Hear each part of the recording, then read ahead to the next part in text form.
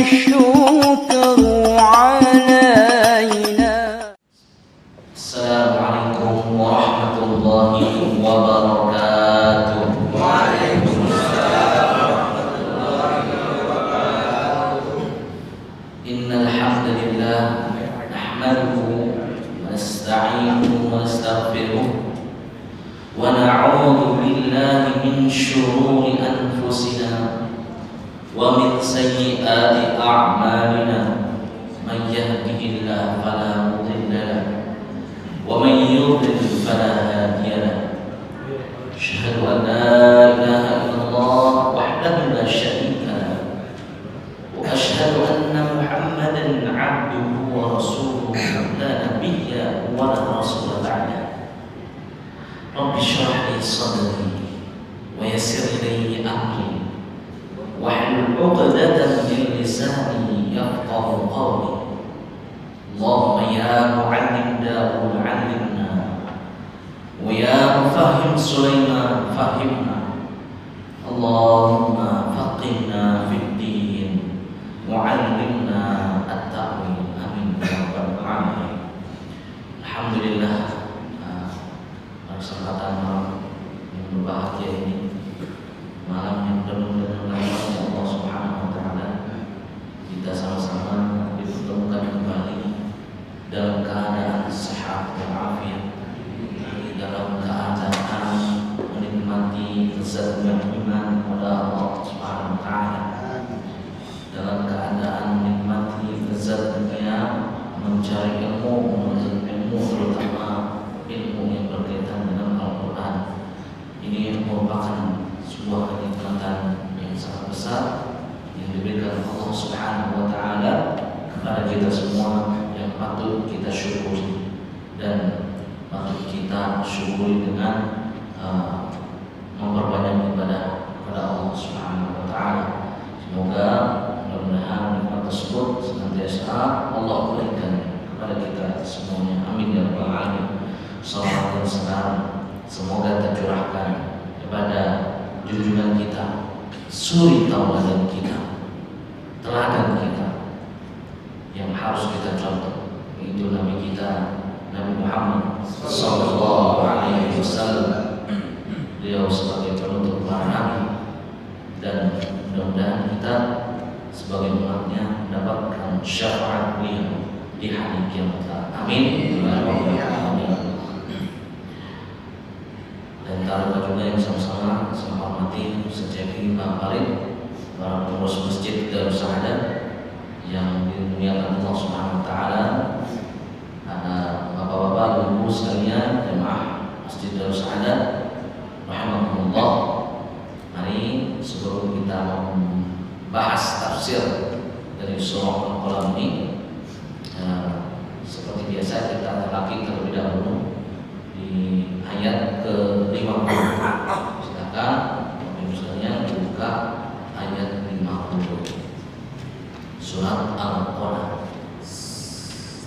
Baik, seperti biasa saya baca terlebih dahulu, lalu antum semua mengikuti bacaan saya.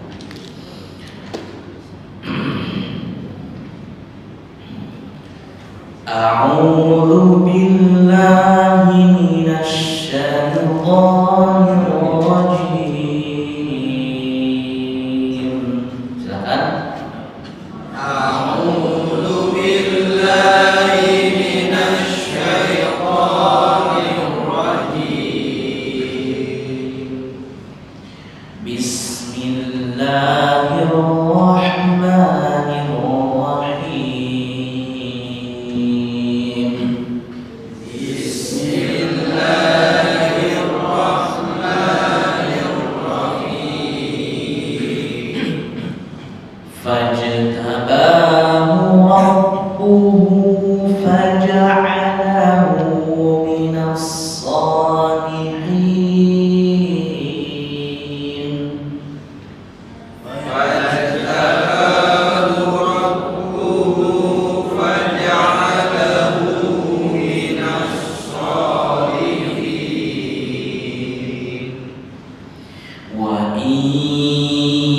يكاد الذين كفروا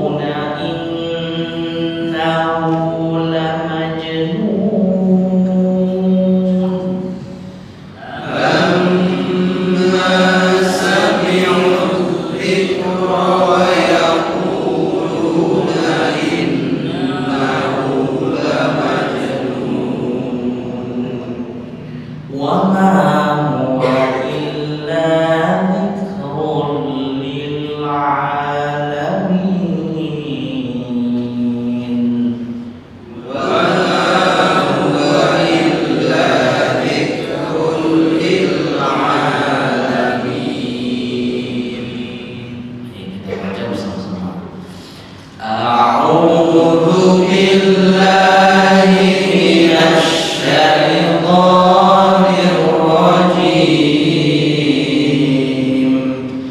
Bismillahirrahmanirrahim. Fajtabahu rabbuhu faj'alahu minas shalihin. Wa yakadul ladzina kafaru la yuzliqunaka bi absarihim lamma sami'u dzikra yaquluna innahu lamajnun wa ma huwa illa dzikrun lil alamin. Allahumma arhamna bil Qur'an. Baik, kita bahas tafsir. Bismillahirrahmanirrahim.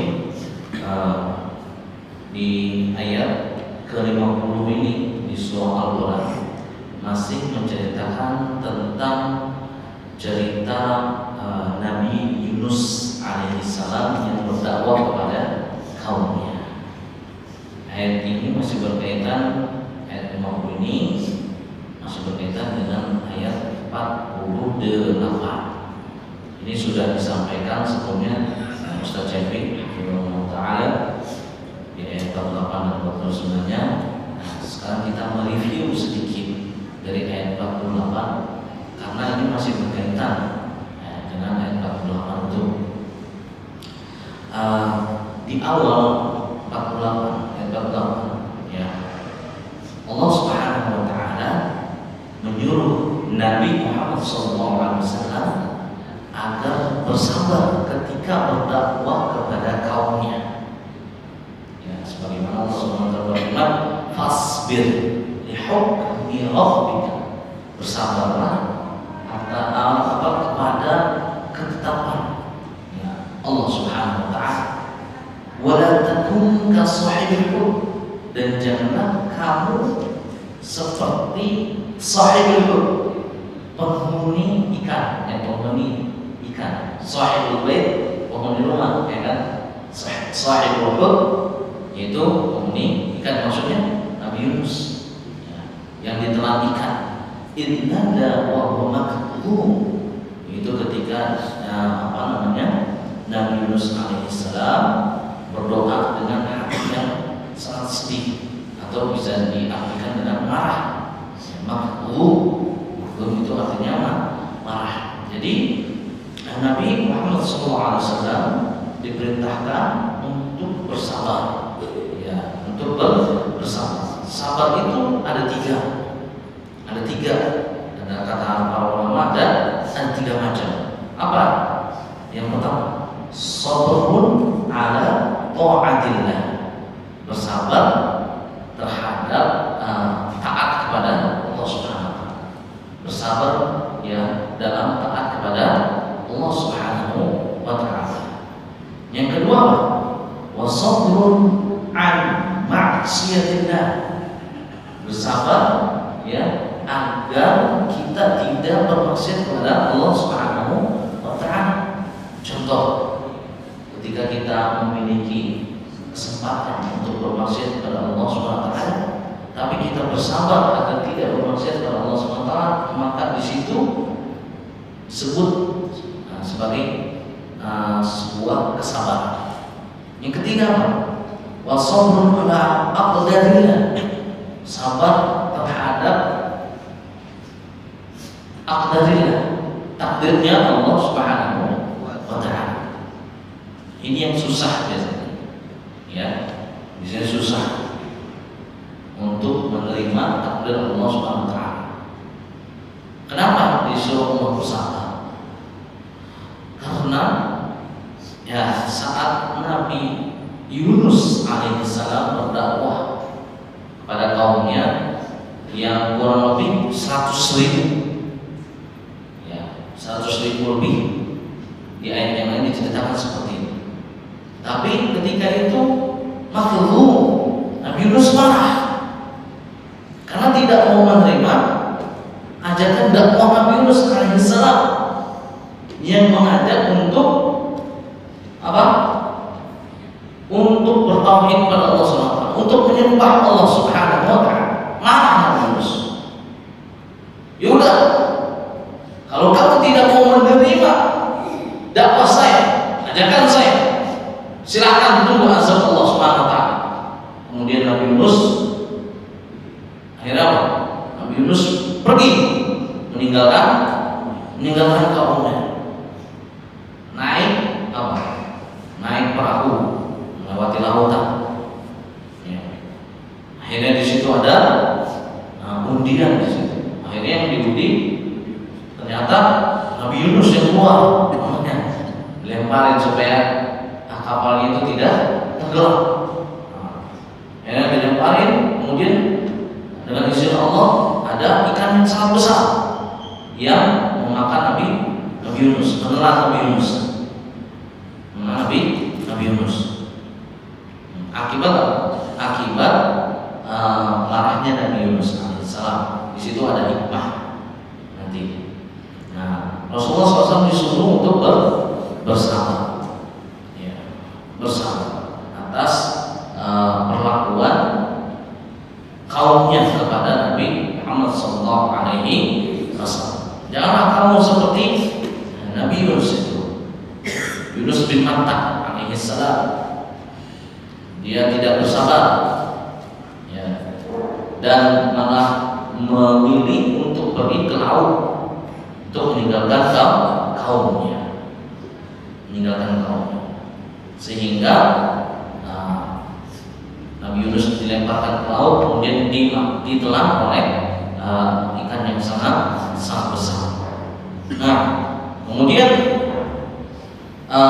di situ Allah Subhanahu wa taala juga berfirman di ayat selanjutnya, laula an tadarakahu ni'matun min rabbih, seandainya dia tidak segera mendapatkan nikmat dari Allah Subhanahu wa taala, la bidabil ar, pasti dia dicampakkan ke tanah yang sangat tandus, ya, wa huwa madhum, ya, dalam keadaan tercela.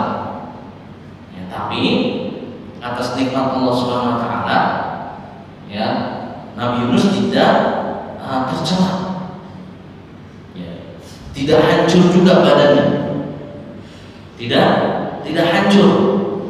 Kenapa? Karena atas izin Allah Subhanahu wa taala. Ada sebuah riwayat mengatakan bahwasanya di sini ketika Allah Subhanahu wa taala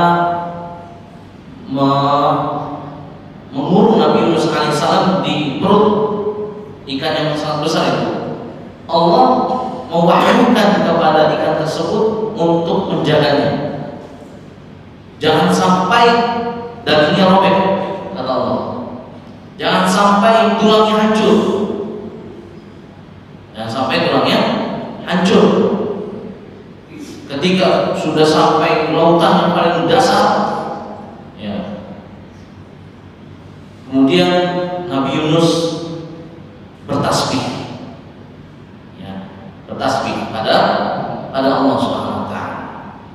Kemudian tasbih itu didengar oleh para malaikat. Kemudian menanya malaikat, "Ya Allah, ada suara yang lirih, rintih di tempat yang sangat asing, itu di dasar laut."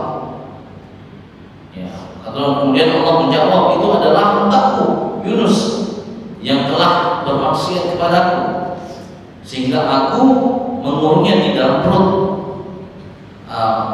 ikan yang sangat besar." Tapi Nabi Yunus ini adalah orang yang soleh, sehingga Allah menyelamatkan Nabi Yunus alaihissalam. Ya. Nabi Yunus alaihissalam.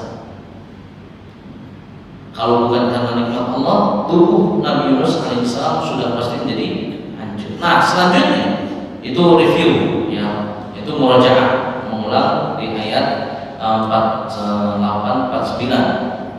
50 Allah Subhanahu wa taala berfirman, fajtabahu rabbuhu faj'alahu minas shalihin. Ketika Nabi Yunus alaihissalam dimuntahkan ya dari perut ikan yang sangat besar itu ke dataran di pinggir pantai ya. Kemudian saat itu Nabi Yunus melipir bahasa apa ya? Menepi ya. Bahasanya menepi ke pinggir pantai, kemudian berteduh di bawah pohon ya, di bawah pohon. Kemudian saat itu Nabi Yunus keadaannya sangat lemah karena tidak makan, dihimpit dengan perut yang begitu sempit ya, di dalam perut ikan ya. Nah, keadaannya keadaannya yang sangat lemah itu, Nabi Yunus mengambil makanan dari pohon tersebut, diriwayatkan seperti itu. Nah, ketika satu malam Nabi Yunus sudah melewati hari itu, kemudian besoknya pohon tersebut menjadi layu. Pohon itu menjadi layu. Kemudian dia bersedih. Ditanya sama Allah dalam tanda kutip, Nabi Yunus, kenapa kamu bersedih? Dalam pohon ini bukan kamu yang mengurusi, bukan kamu yang nanam, bukan kamu yang menyiram, tapi kenapa kamu bersedih? Kenapa kamu bersedih? Karena Nabi Yunus ada pohon itu bisa berteduh, bisa makan dan sebagainya. Nah, terus Allah jawab, kenapa kamu tidak bersedih ketika meninggalkan kaummu yang 100.000 itu? Yang 100.000 itu. Padahal ya, aku yang memberikan makan kepada mereka, aku yang menjamin mereka ya. Dan aku juga yang menitipkan mereka kepada kamu. Kenapa kamu tidak bersedih? Itu sekedar cerita. Ada yang meriwayatkan seperti itu. Nah, akhirnya Yunus Allah pilih, fajtabah. Kemudian Allah pilih, ya, Rabbuhu faj'alahu minas shalihin. Kemudian Allah pilihkan Nabi Yunus itu termasuk orang-orang yang saleh. Setelah kesehatan Nabi Yunus pulih kembali, ya, kemudian badannya juga sudah menjadi pulih kembali, kuat kembali. Nah, kemudian Allah Subhanahu Wa Taala mengutus Nabi Yunus kembali kepada kaumnya, yang itu berjumlah 100.000 orang lebih. Sebagaimana Allah Subhanahu Wa Taala berfirman di ayat selanjutnya, wa arsalnahu ila mi'ati alfin aw yazidun, dan kami utus dia kepada 100.000 orang atau lebih ya, sehingga mereka beriman. Karena itu kami anugerahkan kenikmatan hidup kepada mereka hingga waktu tertentu. Nah, kedatangan Nabi Yunus ini disambut oleh kaumnya dengan gembira dan menyatakan keimanan kepadanya, sehingga mereka termasuk orang-orang yang saleh.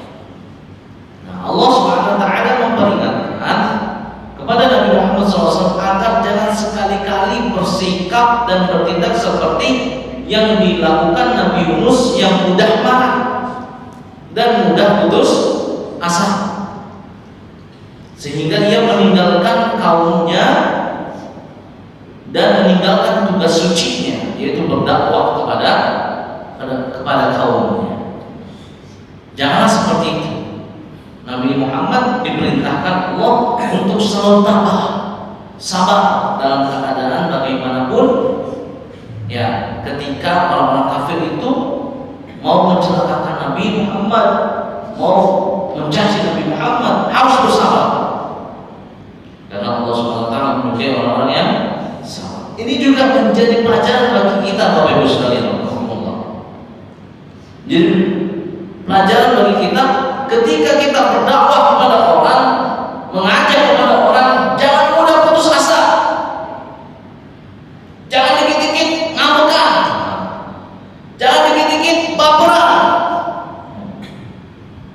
Saya udah ngajak dia sekali, saya udah ngajak dia 2 kali, saya udah ngajak dia 3 kali, udah saya nggak mau lagi, males. Orang yang keras kepala. Kalau kita kayak gitu biasanya tenggelam kayak Nabi Yunus. Hati-hati. Kita umatnya Nabi Muhammad SAW ya diperintahkan untuk bersama ketika berdakwah. Kalau 3 kali kita belum bisa, terus coba yang keempat kali. Diajak sholat masih nggak mau, terus ajak lagi. Terutama keluarga kita. Bagaimana Allah SWT berfirman, "Qu anfusakum wa ahlikum nar." Jagalah keluarga dan jagalah diri kalian dan keluarga kalian dari apa?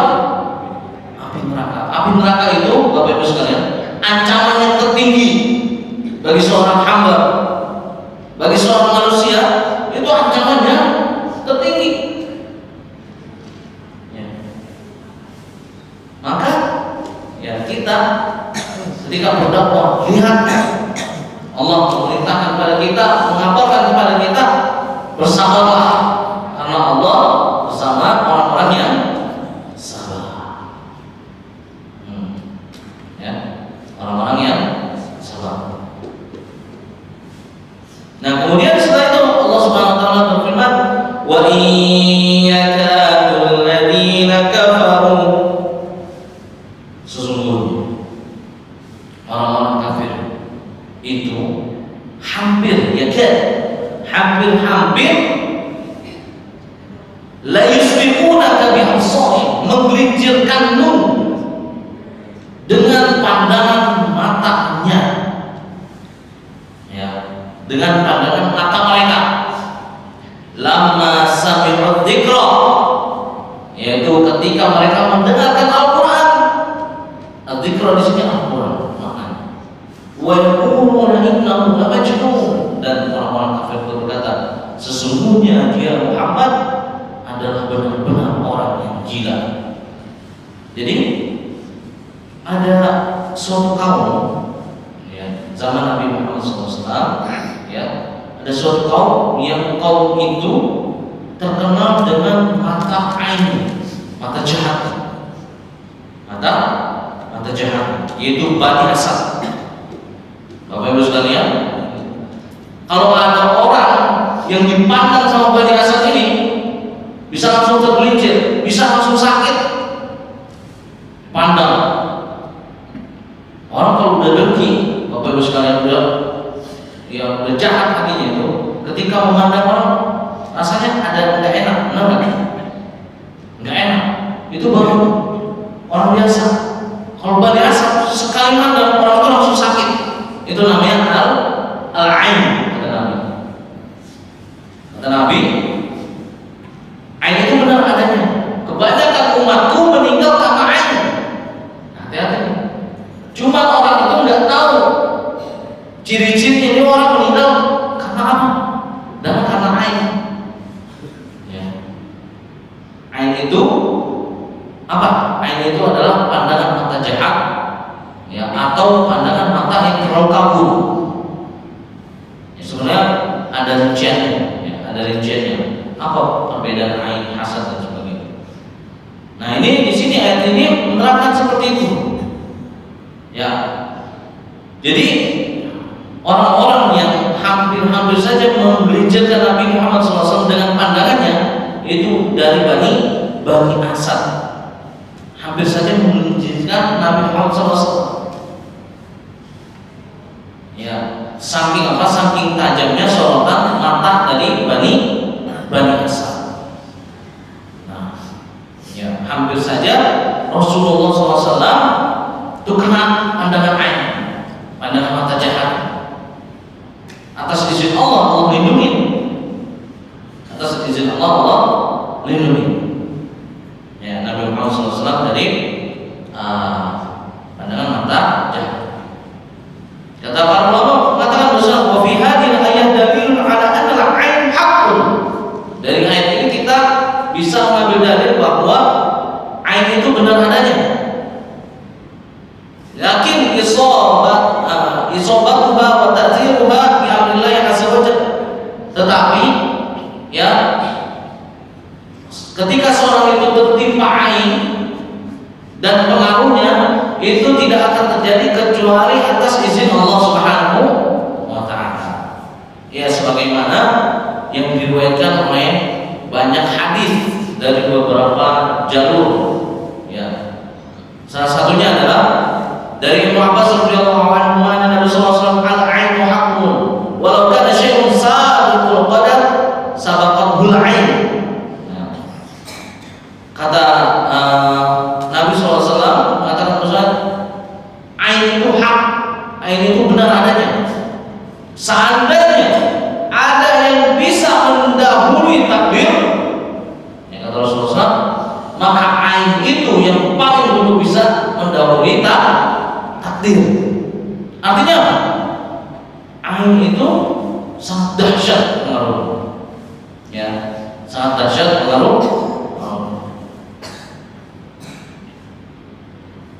Nah, di riwayat lain mengatakan bahwasanya ya, Rasulullah SAW dulu melindungi Hasan dan Husain itu dengan doa wa'idukuma bi kalimatillahi tammah min kulli syaitanin wa hamah wa min kulli 'ainin lamah. Jadi Bapak Ibu sekalian, ini kalau mengikuti Rasulullah SAW agar anak-anak kita tidak terkena ain, baca doa ini. Baca doa ini. Sebagaimana Nabi melindungi Hasan dan Husain dengan doa ini. U'idukuma bi kalimatillahi tammah min kulli syaitanin wa hamah wa min kulli 'ainin lamah. Ini doa yang dibacakan Nabi SAW ya kepada Hasan dan Husain. Sebagaimana Nabi Ibrahim juga melindungi anaknya itu Nabi Ishak dan Nabi Ismail alaihi assalam. Nah, jadi ain itu benar adanya Bapak Ibu sekalian. Ain itu juga ya, dia bisa datang dari bangsa jin dan bangsa manusia. Bangsa jin dan bangsa manusia. Jadi jika ada orang yang sangat benci kepada kita, itu hati-hati. Jika ada orang yang sangat terkagum-kagum sama kita, itu juga hati-hati. Kalau kita kagum sama seseorang, jangan lupa ucapkan barakallah, masya Allah, ya. Ucapkan doa keberkahan, masya Allah, barakallah, barakallah fiik. Jangan lupa doanya itu. Nanti ketika kita respon ya langsung gitu memuji orang, itu bisa melemparkan ain walaupun kita nggak benci sama orang itu ya, hati-hati. Walaupun kita tidak benci sama orang, kalau ada orang yang hasad sama kita, itu juga hati-hati. Membentengin dengan apa? Bentengin dengan zikir, dengan zikir. Nah, kalau bangsa jin itu nazarah sebenarnya. Ain dan bangsa jin juga ada. Makanya hati-hati anak-anak kita jaga dengan ayat-ayat Al-Quran. Ya, ada jin yang tidak suka sama anak kita atau ke kita, itu bisa melemparkan ain juga.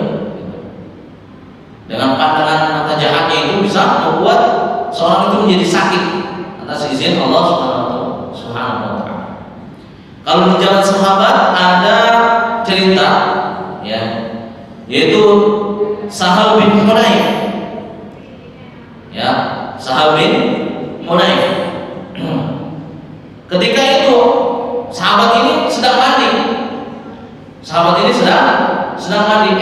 Ada sahabat yang lihat kulitnya saking putihnya kulitnya, saking mulusnya kulitnya itu, nggak ada bopeng, nggak ada panoan,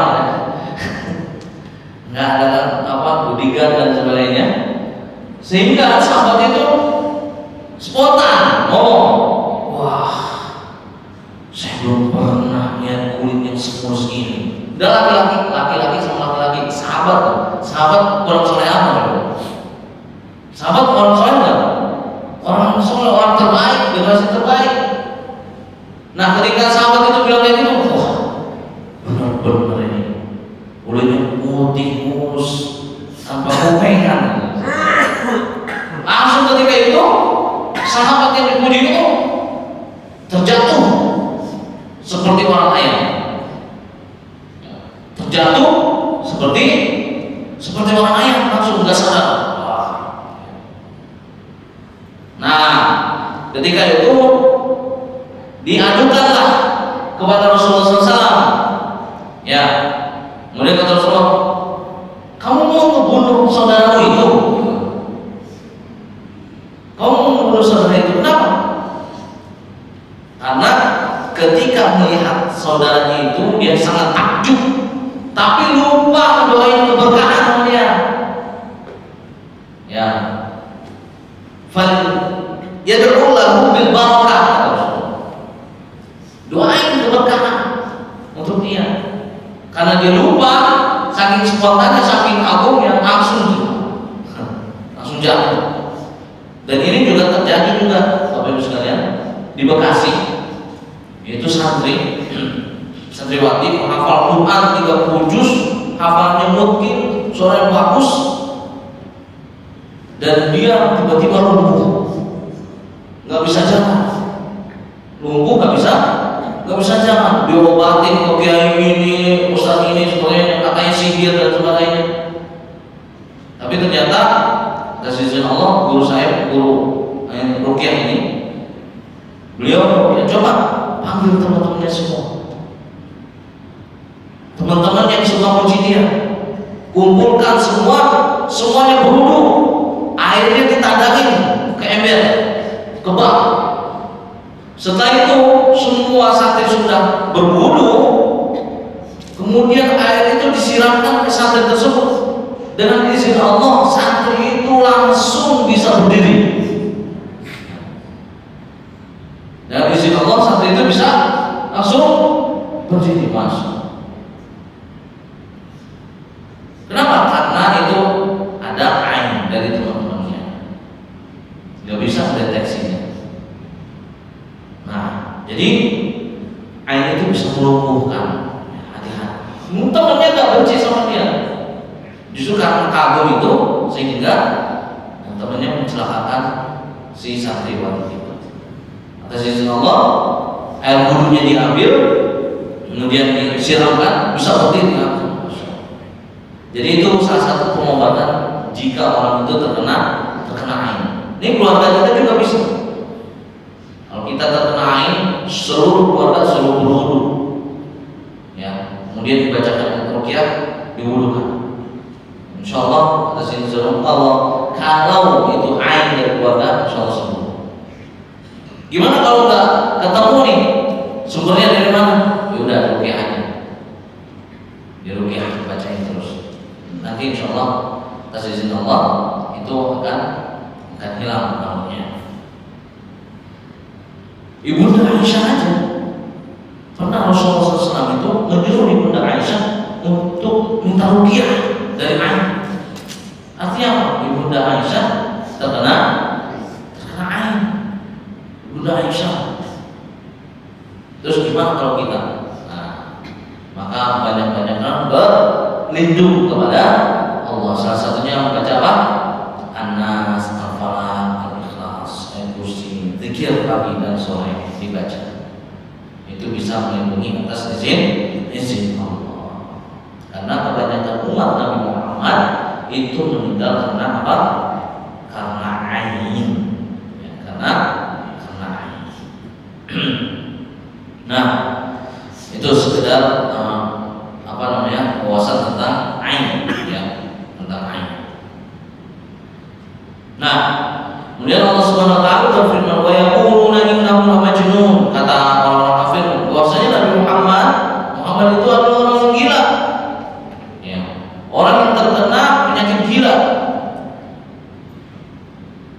Nah, terus Allah Subhanahu wa taala menyanggah mereka, ya, menyanggah mereka dengan apa?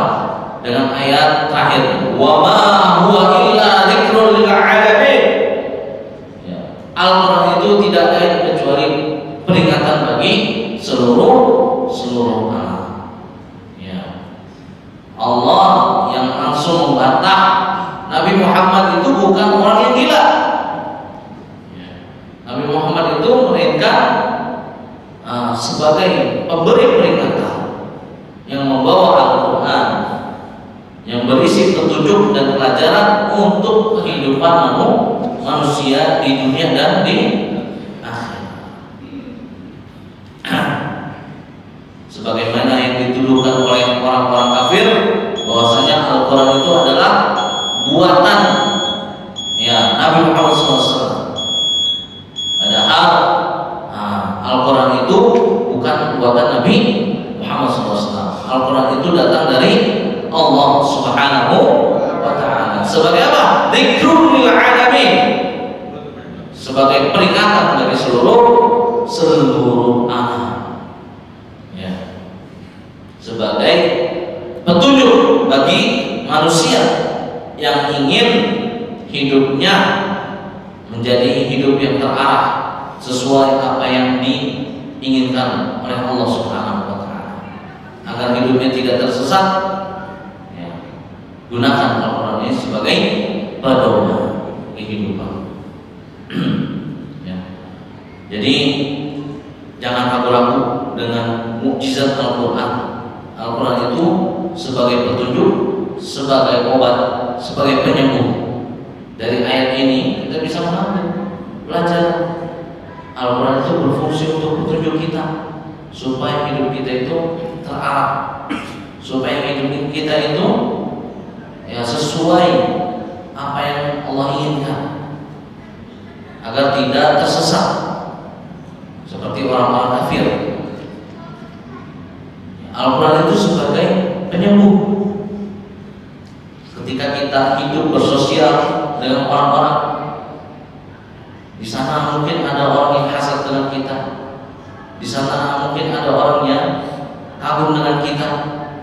Jadikan Al-Quran itu sebagai tameng, sebagai pelindung. Maka Al-Quran ini bermanfaat untuk segala kehidupan kita. Ya, wallahu taala a'lam bishawab. Alhamdulillah kita sudah menyelesaikan surah Al-Qalam ini. Sekali penutupan Ramadan, sebelum Ramadan kita bisa mengambil kesimpulannya bahwa ketika kita berdakwah kepada orang, kepada keluarga kita, ya, tingkatkanlah kesabaran kita. Ya. Berdakwahlah dengan hikmah, berdakwahlah dengan bijaksana kepada orang-orang. Ya. Berdakwahlah dengan lembut, sebagaimana Allah Subhanahu wa taala juga memerintahkan Nabi Musa untuk berdakwah kepada Fir'aun itu dengan perkataan yang lembut, bukan perkataan yang kasar. Bayangin Nabi Musa disuruh berdakwah kepada Fir'aun itu dengan katanya Fir'aun kurang zalim aja, ya. Aku sebagai Tuhan, orang yang paling bengis, suka bunuhin anak-anak. Nah kita berdakwah sama sesama Muslim, ya, jangan sendiri-sendiri kafir, ente kafir, ya. Jangan sendiri-sendiri ente masuk neraka, ya.